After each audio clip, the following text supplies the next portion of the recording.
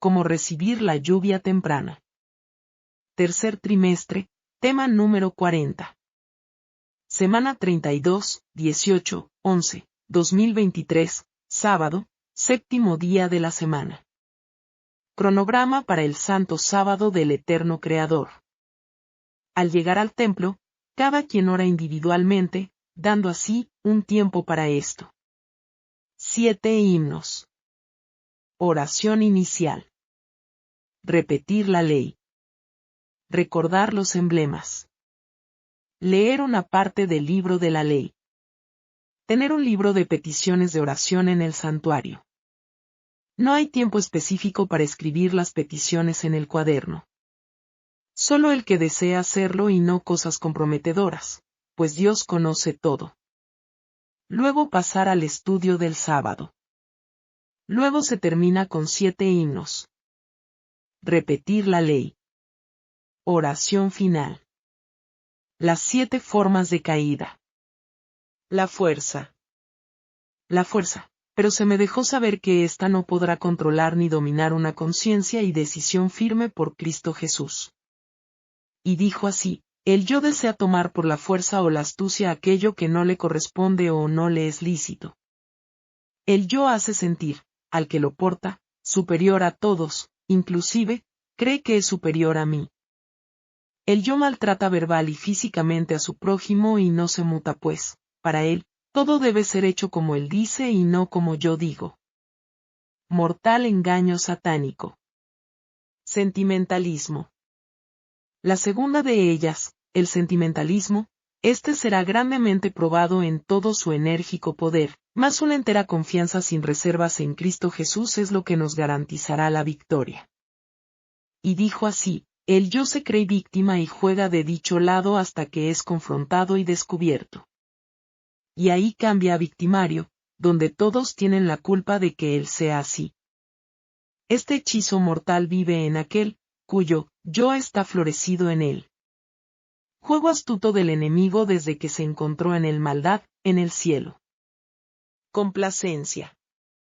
La tercera de ellas, la complacencia, esta en pro del bien común será una amplia puerta para destrucción, mas no la debemos consentir, sino que debemos ejercer la libertad de conciencia bajo un escrito está ahí, así, podremos vencer.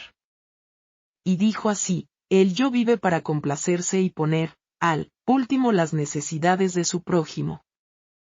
El yo vivo nunca se da por satisfecho, siempre quiere más, aunque no lo necesite. Sus trofeos son tanto internos como externos, su intelecto, es creerse superior en su retórica, sus ideas, soluciones y actos. Él contra todos, pero nadie contra él. Sutil veneno mortífero que el enemigo inserta en el hombre que no es contrito de corazón. La complacencia de la superioridad, en todo sentido, ante otros es un reflejo de que el maligno entrona esa mente y ese corazón. Orgullo. La cuarta de ellas, el orgullo, este es tan sutil y a la vez tan obvio, mas este último disfrazado de la conveniencia propia, y calificado como válido a nuestro entender, será la ruina y cerrará la puerta real de la salvación. Solo una humillación total a Dios nos dará la victoria en él. Así dijo el Señor, el orgullo es el yo que vive para enaltecerse. Orgulloso de tener lo mejor, de llamar la atención para sí entre todos. Se viste para ser visto, se peina para que lo admiren, da alarde de superioridad y manda a todos mientras él merece estar de brazos caídos con el pensamiento activo centrado en lo que imagina, en lo que cree necesitar para seguir escalando puesto y posición. Este, casi imperceptible, engaño satánico, es letalmente mortal al que lo porta y también para los que lo adulan. Calumnia. La quinta de estas, que se me habló, fue la calumnia, esta es la muerte para el que la practica, y aunque su espada mortífera desea ser clavada ante su adversario, ésta solo atraviesa el corazón de quien la porta. Resistid al diablo, se me dijo, y de vosotros huirá y no toquéis lo inmundo. Habrá aflicciones, mas confiad porque yo he vencido al mundo. Rogad al Dios de la siega que os junte en su granero. Así dijo el Señor, el yo vive calumniando a todo y a todos, pues, en su creída imaginación mórbida no es feliz por culpa de otros. No es pleno, y culpa a todos de esto. Todo es por culpa ajena y nunca propia. Si se cae, mira a sus lados y, si alguien lo vio, ya es culpa de ese alguien, porque según él, se distrajo al verlo y se cayó. En fin, el calumniador nunca va a creer que él tiene la culpa, que la culpa es propia, sino que la culpa es siempre ajena. Si no le parece lo que otro dice, pues, es mentira. Se siente aludido por todo y por todos. Vive su vida excusando su mal proceder. La dejadez y su forma parasitaria de vivir es característica de esta persona y de esta cualidad. Dilación. La sexta de estas, de que se me habló fue la dilación, acción sutil pero una gran arma de destrucción. Esta es una forma de vida que ataca el pensar humano y lo adormece. Adormece el pensamiento y retrasa la acción del deber de cumplir, el mandato celestial. Es tan mortíferamente sutil que da la ilusión de que lo terrenal es mucho más importante que lo celestial, o sea, lo que es perecedero es más importante que lo que perdurará para siempre. Orad, orad sin cesar, ayunad y buscad el rostro de Cristo Jesús para que podáis vencer ante esta arma de la dilación. Así dijo el Señor, el yo vive por la dilación. Hoy no puedo por esto, mañana no podré por aquello. Pasado, por lo otro, en fin. Lo primordial siempre es último y las inventivas primero. En la lista de lo primordial siempre pone encima, y entre ellas, su complacencia, y nunca completa lo mandatorio. Los detalles lo complacen tanto que pospone los deberes al punto que, si fracasa, es culpa de ser tan detallista. Para su forma de dilación propia, todo debe estar como se imagina, quiere y desea para poder avanzar. Y, si esto no es así, es culpa de todos, inclusive de mí. Y, por eso, él no avanza. El yo de la dilación critica al esforzado, al que cada día, con intenso afán, lucha por completar su labor diaria. Lo tilda de extremista, fanático y abusivo. El yo de la dilación es detractor, critica a todo aquello que no va de acuerdo a su forma de ver, actuar y pensar. Esta actitud, horrendamente pecaminosa, de creer que su forma de ser es ley hacia otros, es instigación maligna de perdición. Sensualidad. La séptima, que se me dijo fue, la sensualidad. Mi pueblo pereció por falta de conocimiento. Este acto desenfrenado, con acciones ilícitas dentro del matrimonio, es puesto, aún, en primer lugar, antes del deber de cumplir, el mandato divino.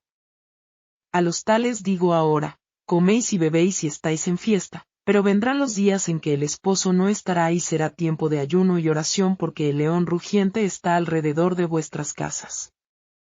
Y estas han sido pedidas para ser grandemente zarandeadas, y así será hecho. Más pedid al Dios de la siega que os reserve a salvo en su granero.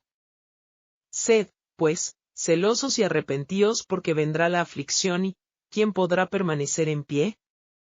En ese momento terminaron diciéndome, Ezequiel 20. La séptima, y última, es la sensualidad. El yo de la sensualidad es vivir en el yo interno y externo constantemente. Esta carnalidad animalizada no es más que la pervención pecaminosa de aquel que deja que el enemigo de Dios y del hombre lo denigre al punto de volverlo irracional. El yo de la sensualidad vive en sus placeres mentales, buscando toda oportunidad para exteriorizarlos en su propia complacencia. Al dar rienda a esto, daña su hipotálamo y su lóbulo frontal. Su cerebelo vive adormecido, como cuando la marihuana invade el torrente sanguíneo o cuando la metadona es ingerida, introducida, al cuerpo. Tal como, el que vive peleando es adicto a la adrenalina en su sangre, el sensual es adicto a la testosterona por su descuido en la intemperancia en el dormir, comer y en todo tipo de intemperancia. El yo de la sensualidad ha llevado al ser humano a comportarse peor que los animales, pues, Estos no tienen razonamiento, y el ser humano sí. Un animal se aparea con el sexo opuesto para procreación, en el tiempo señalado para esto, pero el ser humano que vive para el yo, en la sensualidad, se aparea con su mismo sexo por depravación, ya que esto viola el curso natural de la procreación. Y otros, aunque con el sexo opuesto, o sea, hombre y mujer, practican actos animalizados para sentirse bien. También están en desagrado ante mí. Estos, los que practican estas perversiones, no heredarán la vida eterna. Por esta razón, el enemigo de las almas los animaliza, para que así, en este estado de éxtasis carnal, ninguna espiritualidad pueda prevalecer y, así, crear en éste la muerte eterna. Las 10 formas de anatemas. Testimonio, 14-09-2020, Part 2. El Señor me dio, como un resumen de anatemas. Lo resumió en 10 formas: el yo, la suficiencia propia, el amor a los hijos más que a él, la codependencia absoluta y total de esposo o esposa, en vez de esto ser solamente para él, apego a lo material, a las posesiones, apego monetario, deseos pecaminosos encubiertos, sutiles y abiertos, mis ideas propias, los desórdenes sensuales mórbidos acariciados, las excusas sutiles, para excusar desobedecer a Dios. Texto bíblico. Lucas 8, 4-10. Y cuando se juntó una gran multitud, y vinieron a él de cada ciudad, les dijo por parábola: el sembrador salió a sembrar su semilla, y al sembrarla, una parte cayó junto al camino, y fue hollada, y las aves del cielo la comieron. Y otra parte cayó sobre la piedra, y nacida, se secó, porque no tenía humedad. Y otra parte cayó entre espinos, y creciendo los espinos juntamente con ella, la ahogaron. Y otra parte cayó en buena tierra, y nació, y llevó fruto a 100 por 1. Y hablando estas cosas, dijo a gran voz: el que tiene oídos para oír, oiga. Y sus discípulos le preguntaron, diciendo: ¿qué significa esta parábola?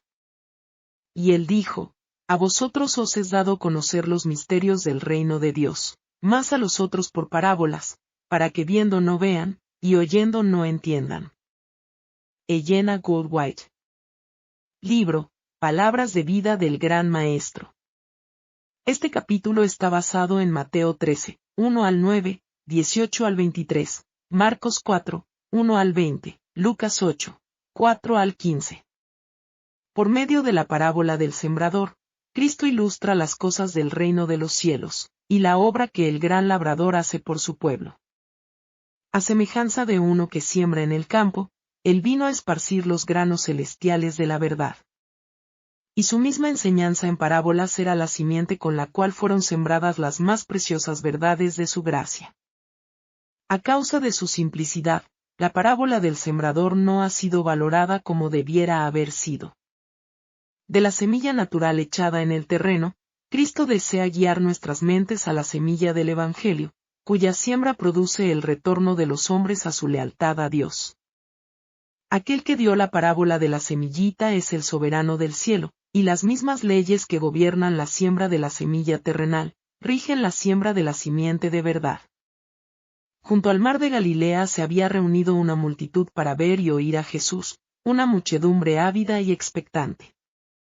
Allí estaban los enfermos sobre sus esteras, esperando presentar su caso ante él.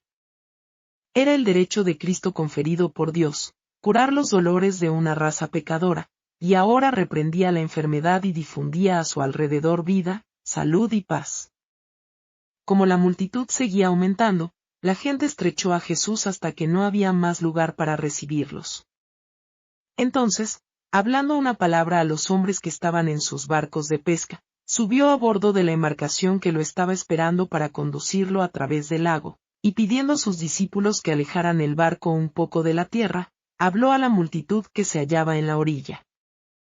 Junto al lago se divisaba la hermosa llanura de Genesaret, más allá se levantaban las colinas, y sobre las laderas y la llanura, tanto los sembradores como los segadores se hallaban ocupados, unos echando la semilla y otros recogiendo los primeros granos. Mirando la escena, Cristo dijo: He aquí, el sembrador salió a sembrar. Y aconteció sembrando, que una parte cayó junto al camino, y vinieron las aves del cielo, y la tragaron.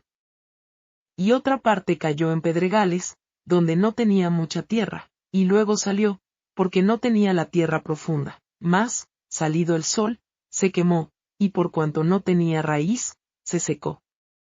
Y otra parte cayó en espinas, y subieron las espinas, y la ahogaron, y no dio fruto. Y otra parte cayó en buena tierra, y dio fruto, que subió y creció, y llevó uno a 30, y otro a 60, y otro a 100. La misión de Cristo no fue entendida por la gente de su tiempo. La forma de su venida no era la que ellos esperaban. El Señor Jesús era el fundamento de todo el sistema judaico. Su imponente ritual era divinamente ordenado. El propósito de él era enseñar a la gente que al tiempo prefijado vendría aquel a quien señalaban esas ceremonias. Pero los judíos habían exaltado las formas y las ceremonias, y habían perdido de vista su objeto.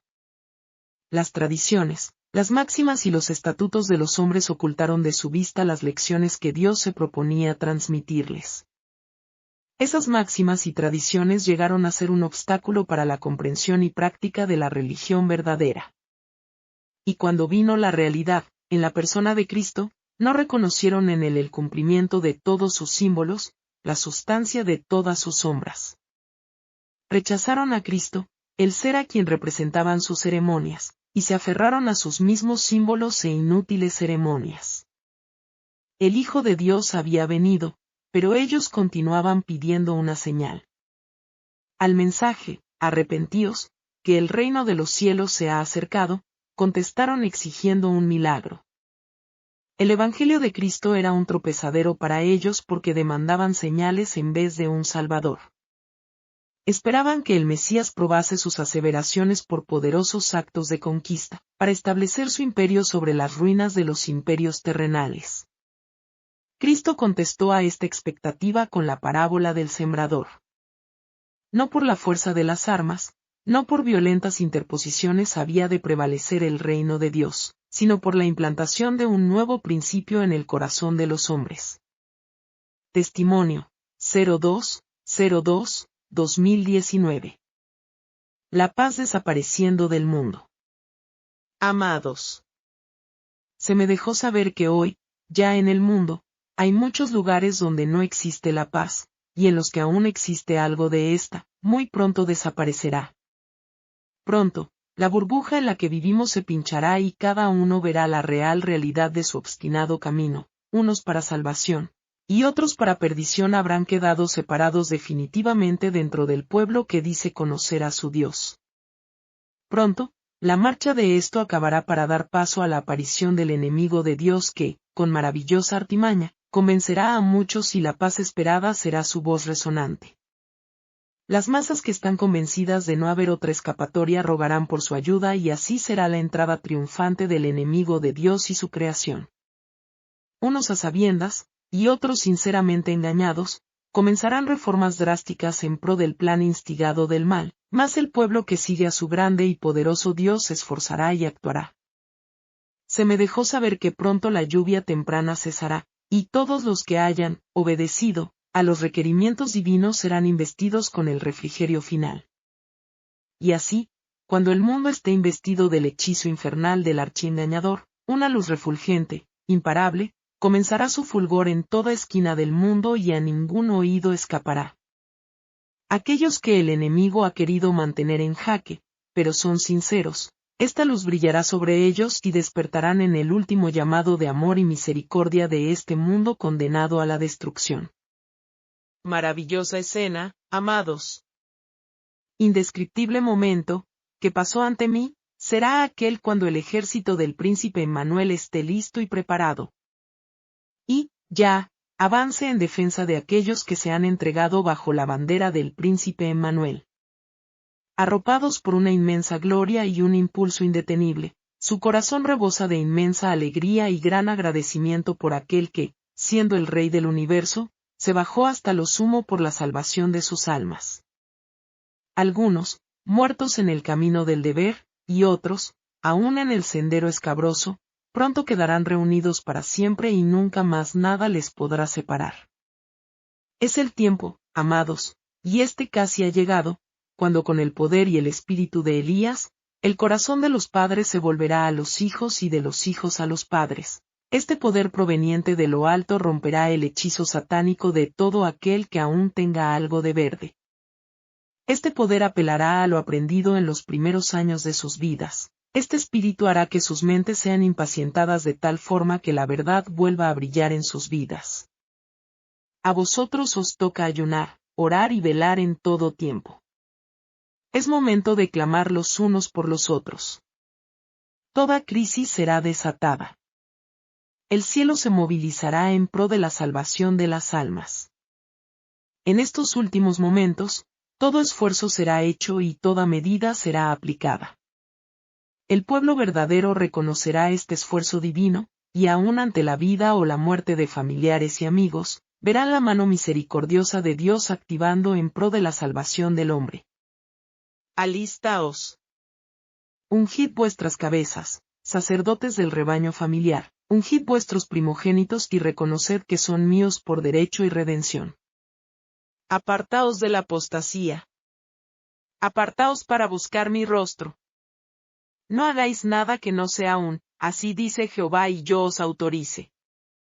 Recordad a Josué, valeroso ante mí, y apartado del mal.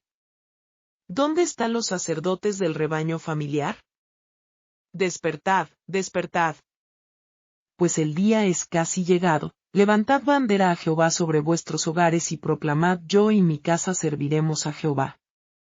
Haced sacrificios vivos ante mí, esto es un corazón contrito y humillado. Oh, si tan siquiera supieras, para esta hora, lo que te traerá paz. Como cuando en Jerusalén vivían más confiados, la destrucción llegó y las madres comían, sus hijos, y la sangre corría en raudales por las calles. Reconoced que yo soy Dios y nada escapa a mis ojos.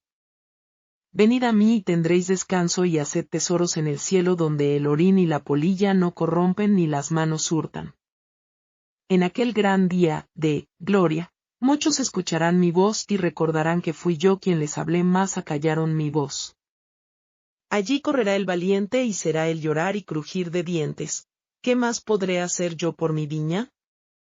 Preparé la tierra, sembré buena semilla, la regué, la cuidé de la mala hierba, creció fuerte y hermosa, mas, en su hermosura, decidió ser estéril y, ¿qué pues haré? ¿Seguirá esta ahí ocupando el espacio que otra planta puede tener en oportunidad para dar fruto? Así dice el sembrador de los sembradores. Ciertamente será cortada y su hermosura no será más porque despreció los cuidados y desdeñó mi tiempo.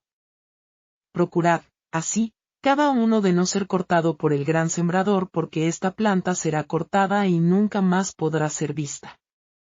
Escuchad y aprended de mí que soy manso y humilde de corazón, y hallaréis descanso para vuestras almas. He aquí vengo pronto, retén lo que tienes para que ninguno tome tu corona. Palabra fiel y verdadera del Señor dejo a vosotros, amados hermanos, rogad unos por los otros. Es el momento de que estemos día y noche de rodillas, rogando unos por los otros, rogando por vuestra propia alma para que, así, podamos ser aceptados en Cristo Jesús y podamos ser más que vencedores en Él. Que el Señor me los bendiga. Capítulo 28, la idolatría en el Sinaí. Este capítulo está basado en Éxodo 32 al 34. Segunda parte. Poniéndose a la entrada del campamento, Moisés clamó ante el pueblo: quien esté de parte de Jehová, únase a mí.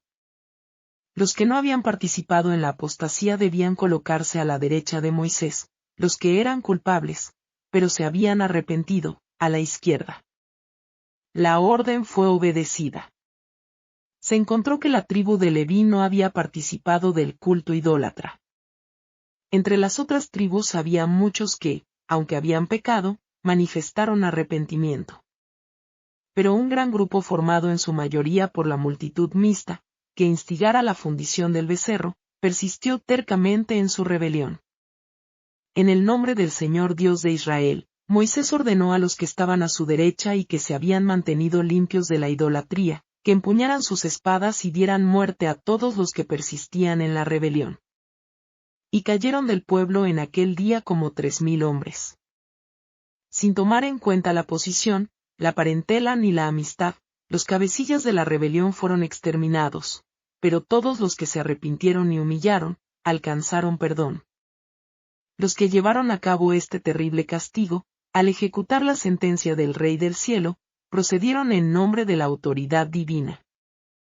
Los hombres deben precaverse de cómo en su ceguedad humana juzgan y condenan a sus semejantes, pero cuando Dios les ordena ejecutar su sentencia sobre la iniquidad, deben obedecer.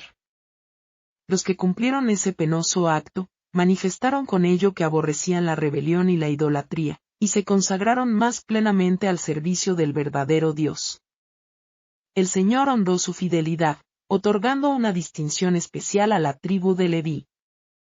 Los israelitas eran culpables de haber traicionado a un rey que los había colmado de beneficios, y cuya autoridad se habían comprometido voluntariamente a obedecer. Para que el gobierno divino pudiera ser mantenido, debía hacerse justicia con los traidores. Sin embargo, aún entonces se manifestó la misericordia de Dios. Mientras sostenía el rigor de su ley, les concedió libertad para elegir y oportunidad para que todos se arrepintieran. Únicamente fueron exterminados los que persistieron en la rebelión.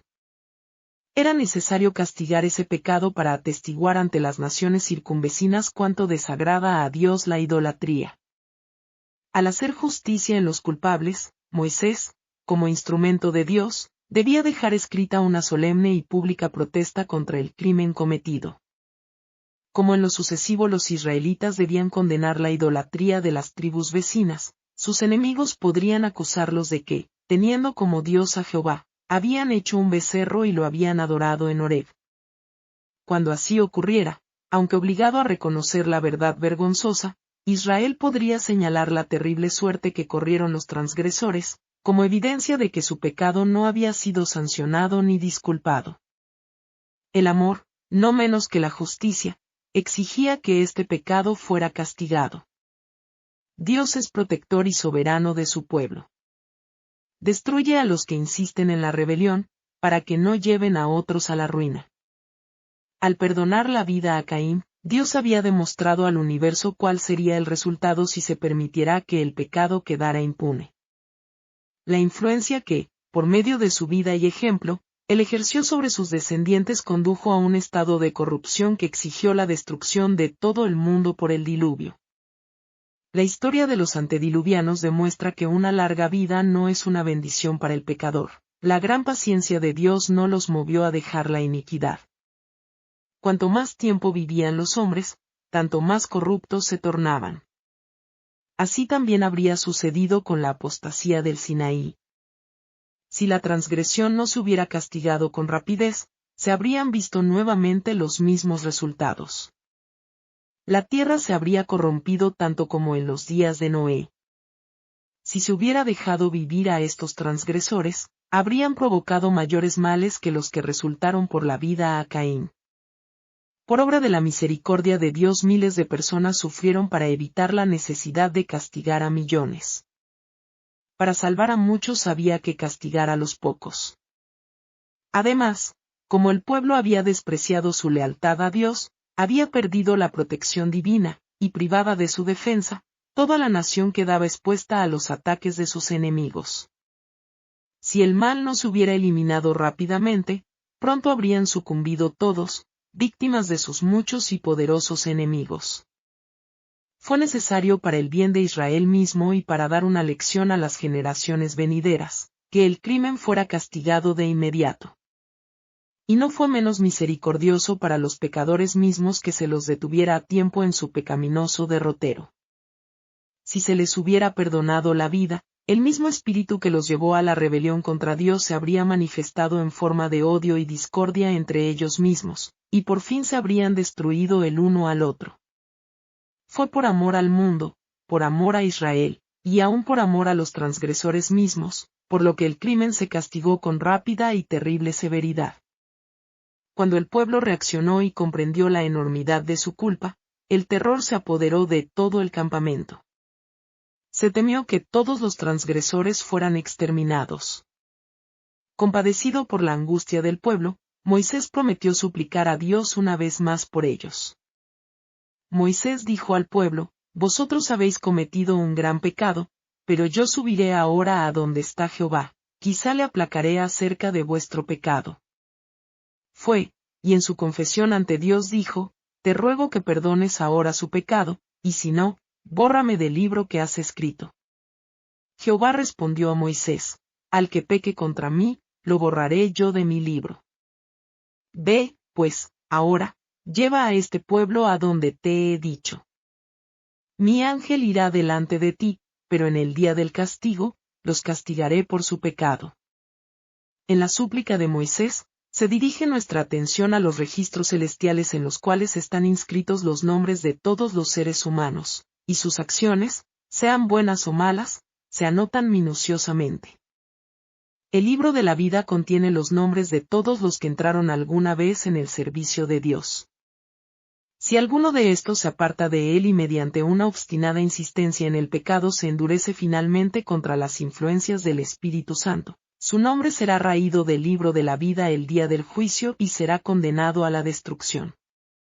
Moisés comprendía cuán terrible sería la suerte del pecador. Sin embargo, si el pueblo de Israel iba a ser rechazado por el Señor, él deseaba que su nombre también fuera raído con el de ellos. No podía soportar que los juicios de Dios cayeran sobre aquellos a quienes tan bondadosamente había librado. La intercesión de Moisés en favor de Israel ilustra la mediación de Cristo en favor de los pecadores. Pero el Señor no permitió que Moisés sobrellevara, como lo hizo Cristo, la culpa del transgresor. «Al que peque contra mí, lo borraré yo de mi libro», dijo.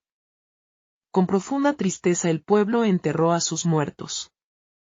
3000 habían perecido por la espada. Una plaga invadió poco tiempo después el campamento, y luego les llegó el mensaje de que la divina presencia ya no les acompañaría más en su peregrinaje.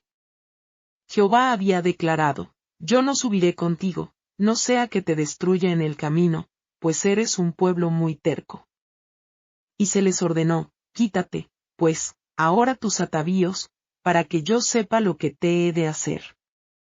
Hubo luto por todo el campamento. Compungidos y humillados, los hijos de Israel se despojaron de sus galas desde el monte Horeb. En virtud de las instrucciones divinas, la tienda que había servido como lugar temporario para el culto fue quitada y puesta fuera del campo, lejos del campo. Esta era una prueba más de que Dios había retirado su presencia de entre ellos. Él se revelaría a Moisés, pero no a un pueblo como aquel. La censura fue vivamente sentida, y las multitudes afligidas por el remordimiento pensaron que presagiaba mayores calamidades. ¿No habría separado el Señor a Moisés del campamento para poder destruirlos totalmente? Pero no se los dejó sin esperanza. Se levantó la tienda fuera del campamento, pero Moisés la llamó el tabernáculo del testimonio. A todos los que estaban verdaderamente arrepentidos y deseaban volver al Señor, se les indicó que fueran allá a confesar sus pecados y a solicitar la misericordia de Dios. Cuando volvieron a sus tiendas, Moisés entró en el tabernáculo. Con ansioso interés el pueblo observó por ver alguna señal de que la mediación de Moisés en su favor era aceptada.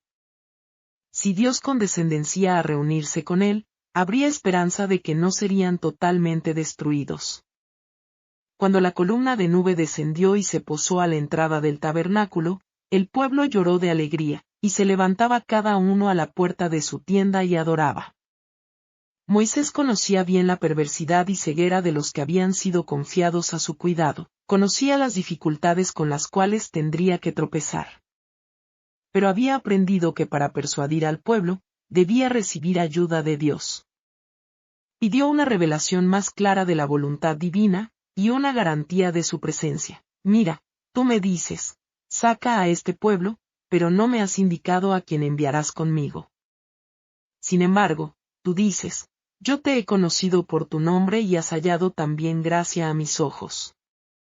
Pues bien, si he hallado gracia a tus ojos, te ruego que me muestres ahora tu camino, para que te conozca y halle gracia a tus ojos, y mira que esta gente es tu pueblo.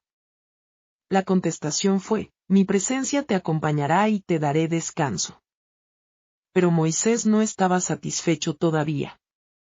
Pesaba sobre su alma el conocimiento de los terribles resultados que se producirían si Dios dejara a Israel librado al endurecimiento y la impenitencia. No podía soportar que sus intereses se separasen de los de sus hermanos, y pidió que el favor de Dios fuera devuelto a su pueblo, y que la prueba de su presencia continuase dirigiendo su camino. Si tu presencia no ha de acompañarnos, no nos saques de aquí. Pues en qué se conocerá aquí que he hallado gracia a tus ojos, yo y tu pueblo, sino en que tú andas con nosotros, y que yo y tu pueblo hemos sido apartados de entre todos los pueblos que están sobre la faz de la tierra.